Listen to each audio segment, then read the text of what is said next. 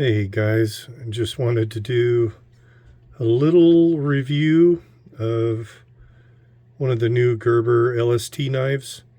And I wanted to do this just because there's really nothing nothing on YouTube right now about this knife. And so I ordered one from the Gerber website because as far as I can tell, it is not widely available yet. I haven't been able to find any retailers, and I'm in Salt Lake City. Haven't been able to find any retailers like REI or Walmart or Target or even on Amazon of this knife, and so I just went ahead and ordered it.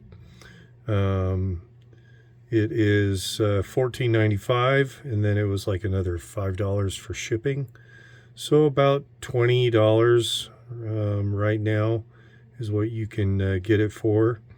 I got mine in the Urban Blue, I think it's called, and it comes in several other colors like orange and gray and black and some kind of a green. And of course, they've always got some interesting names for all these different colors. But anyway, this is the Gerber LST Mini, little or light, smooth, and tough folding knife. And I wanted to do a little bit of a comparison to, this would be a vintage LST that I've had for, probably 30 years now, maybe even a little longer. And just wanted to kind of point out some of the differences. So, the big difference with the LST Mini is the blade shape, and then also they've got this little thumb cut out here. But otherwise it is similar in just about every way. It's got this kind of hard nylon handle, and this one of the original has just worn like iron. It has just been great pocket knife. And one of the kind of first things that I noticed when I opened this and opened the knife is that it is definitely not as smooth as the vintage LST. Even though it says light, smooth, and tough, this action here is kind of almost gritty. I mean, it's not bad, but it is certainly nothing like the original LST. That is just buttery smooth. I don't know if you can hear that, but and the spring is lighter too on the locking mechanism. Not too light, but it's easier to push in and just snaps right open, just no sweat at all.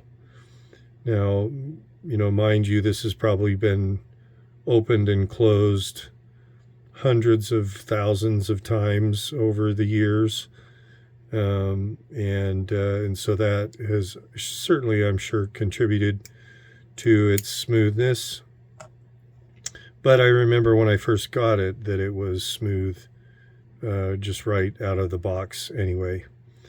This vintage one says, I don't know if you can see that there, but it says Portland, Oregon, USA, Gerber 300. The LST Mini just has, I don't know if that's some kind of a serial number there, but no other marking other than just the little Gerber logo. Looks like that might be somehow kind of etched on the steel. This one is made in China. It does say here, designed and engineered in Oregon, Gerber, the address, made in China. Um, I don't particularly have a problem with Chinese goods in terms of, quality and stuff. I'm at my leatherworking workshop, and I've got, tools here that are Chinese made. These are pricking irons for leatherwork, and these are some of the nicest pricking irons I've ever seen. Very, very high quality, also made in China. As far as I know, Gerber is still using 440A steel, which I think is what they used here. I didn't really do my research to see what this was, but this has got some kind of I don't know if it's a coating or a finish on it, but it's very smooth, very nice to the touch. This is a little more rough, but about the same in terms of thickness of the blade, maybe a little bit more on the vintage. But both nice knives. You can kind of see the length. They are basically identical in length, both the blade and the body. Of course, the vintage one has a hole for a lanyard, as does the new one. It actually comes with a lanyard. And yeah, nice little knife, but just not, I don't think it's quite the same quality I do like on the vintage. It's got this kind of cut-in knurling, which does give some extra grip, because usually, you're going to hold it kind of like that. This one does not have that. It's very smooth, but nice. And as far as, if you could disassemble this, you could get in there and maybe kind of polish up some of those surfaces so that when you open and close it, it's more smooth. But it is not, as far as I know. I guess you could take those pins out, but good luck getting them back together properly. And then I think what I've kind of found is that this cutout here is better just for the sake of grabbing it and opening it with two hands. It's very difficult, and I've got kind of some arthritis in my thumb, and so trying to open this is a little tricky. It's possible. It's not easy.